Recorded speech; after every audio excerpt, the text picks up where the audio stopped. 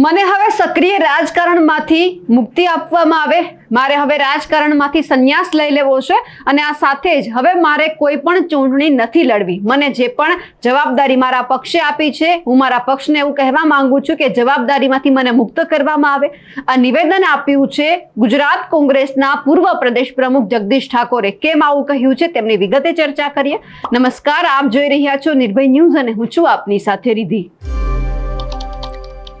ગુજરાતની અંદર આપણે જોઈ રહ્યા છીએ કે કોંગ્રેસની પરિસ્થિતિ કેવી છે. હવે દિન પ્રતિદિન કોંગ્રેસની જે પરિસ્થિતિ છે એમાં ક્યાંક સુધારો આવી રહ્યો છે.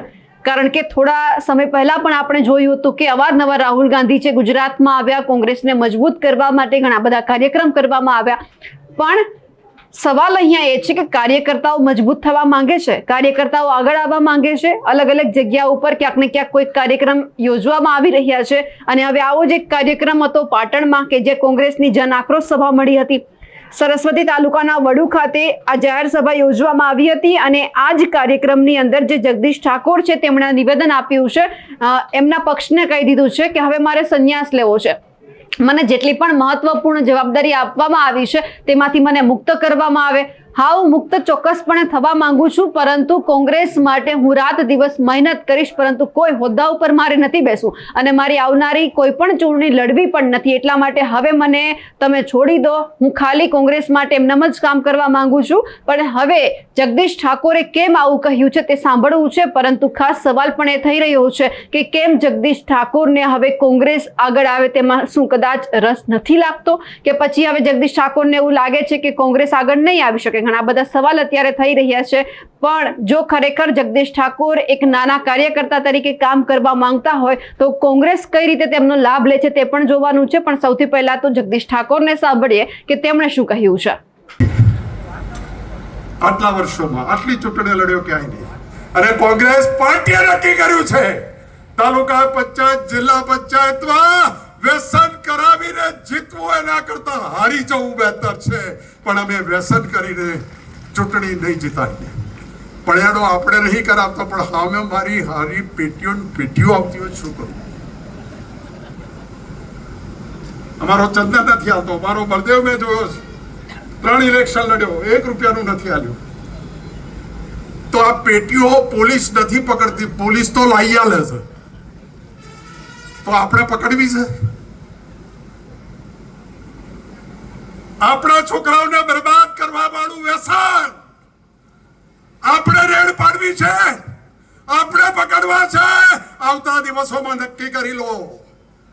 પંડિત જવાહરલાલ નહેરુ, મહાત્મા ગાંધી, સરદાર વલ્લભભાઈ પટેલ, મૌલાનાજી, ડોક્ટર બાબા સાહેબ, આ જેટલા નામ કરાવું એટલા લોકો જ્યારે જેલમાં આઝાદીનો જંગ લડતા હતા ત્યારે અમને કલ્પના નથી કે દેશ આઝાદ થશે ને દેશના રખેવાળા આપણે બનીશું.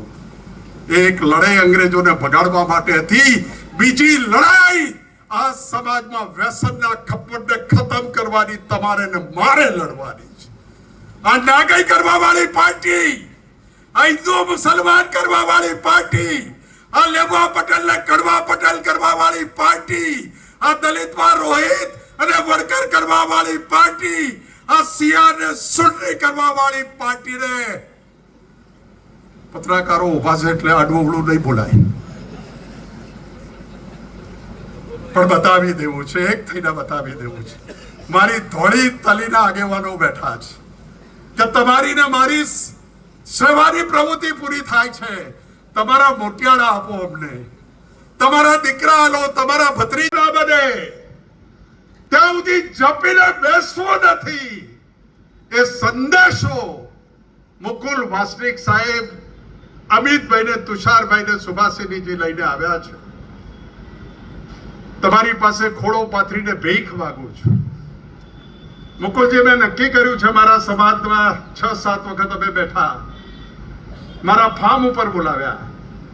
ક્યાંક મને મારા સમાજની એકતા તૂટતી તેવું દેખાયું.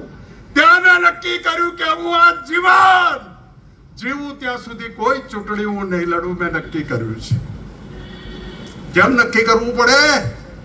કે ઘરનો મોભી હોય ને એને સમજણ આપવી જોઈએ કે આ બગડી ક્યાં રહ્યું છે, અને બગડી રહ્યું છે તો એને રેડ કેમનું કરે તો મેળ પડે. મેં નક્કી કર્યું છે કોઈ ચૂંટણી નથી લડવી.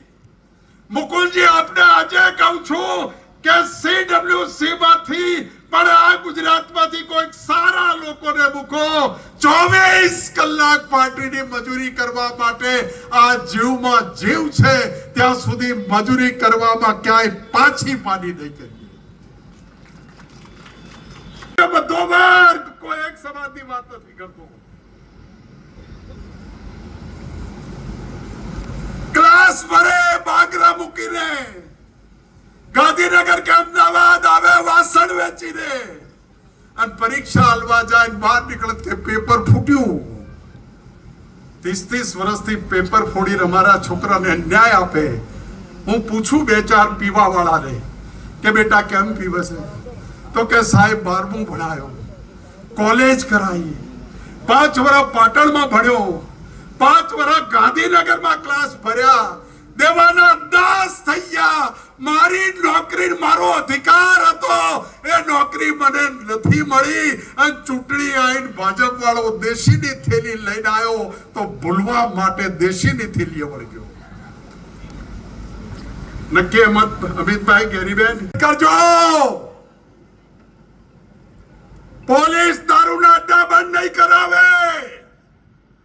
જે પોલીસમાં બેઠા છે એ સમાજને આ સમાજમાં બેઠા એમાંથી જ પોલીસમાં છે. અલ્યા તમારા ભાગે તમે 100 ઉઘરાવો છો, 10 રૂપિયા તમારા ભાગે આવે છે, 90 તો ઉપરવાળા લઈ જાય છે. તો આ દારૂ વેચવાનું પાપ કરી અને અમારા જવાનીઓને શું કરવા વ્યસનનું ખપ્પર આલો છો? ભગવાન માફ નહીં કરે અને આવું કરશો ને 20 વર્ષની દીકરી પૈડાવા જેવી થાય અને એનું મુહૂર્ત લેજો અને વિવાહના 4 મહિના પહેલા જો તમારી દીકરી ભાગી જાય તો સમજો આ વ્યસનના ખપ્પરની તમને હાય લાગી. કાળમાં ડોક્ટર ભગવાન પટેલ એ બનાસકાંઠાના ચાગા ગામમાંથી દુકાળ પડ્યો અને મા બાપ હેડતા નરોડામાં ગયા. અલ્યા વરસાદમાં છાપરું નહીં, ઉનાળામાં છાંયડો નહીં અને કડકડતી શિયાળામાં અમારી માને જન્મ આલે. અમારા બાપે કલ્પના નથી કરી કે પંચાયતના સભ્ય બને અને આ બેઠી એ પ્રજા અને મારે રાહુલ ગાંધીનો પરિવાર એ જગદીશ ઠાકોરને MP બનાવે, ધારાસભ્ય બનાવે, CWC માં મૂકે તો આખી જિંદગી જીવે ત્યાં સુધી જગદીશ ઠાકોર એના ઉપર રોડ ઉતારવામાં ક્યાંય પાછી પાડી નહીં કરે. હવે કોંગ્રેસ માટે એક સવાલ અહીંયા ઉભો થઈ રહ્યો છે કે જો ઠાકોર સમાજનું આટલું મોટું નામ પૂર્વ પ્રદેશ પ્રમુખ રહી ચૂકેલા જગદીશ ઠાકોર જો હવે એવું કહેતા હોય કે એમને કોંગ્રેસમાંથી સંન્યાસ લઈ લેવો છે, હા કોંગ્રેસમાંથી સાવ સંન્યાસ નથી લેવો, એ કામ ઘણા બધા કરતા રહેશે પરંતુ કોઈ પદ ઉપર નહીં રહે. જો આવું અવારનવાર આવનાર સમયમાં કોઈ બીજા નેતાઓ બોલશે તો કોંગ્રેસે જે સપનું જોયું છે 2027 માટે તે કઈ રીતે સાકાર થશે તે પણ સવાલ છે. જગદીશ ઠાકોરે જે નિવેદન આપ્યું છે તેમને લઈ આપ શું માનો છો? કમેન્ટ કરીને ચોક્કસથી જણાવજો. સાથે જ અમારી નિર્ભય ન્યૂઝ ચેનલને લાઇક, શેર અને સબસ્ક્રાઇબ કરવાનું ભૂલશો નહીં. નમસ્કાર.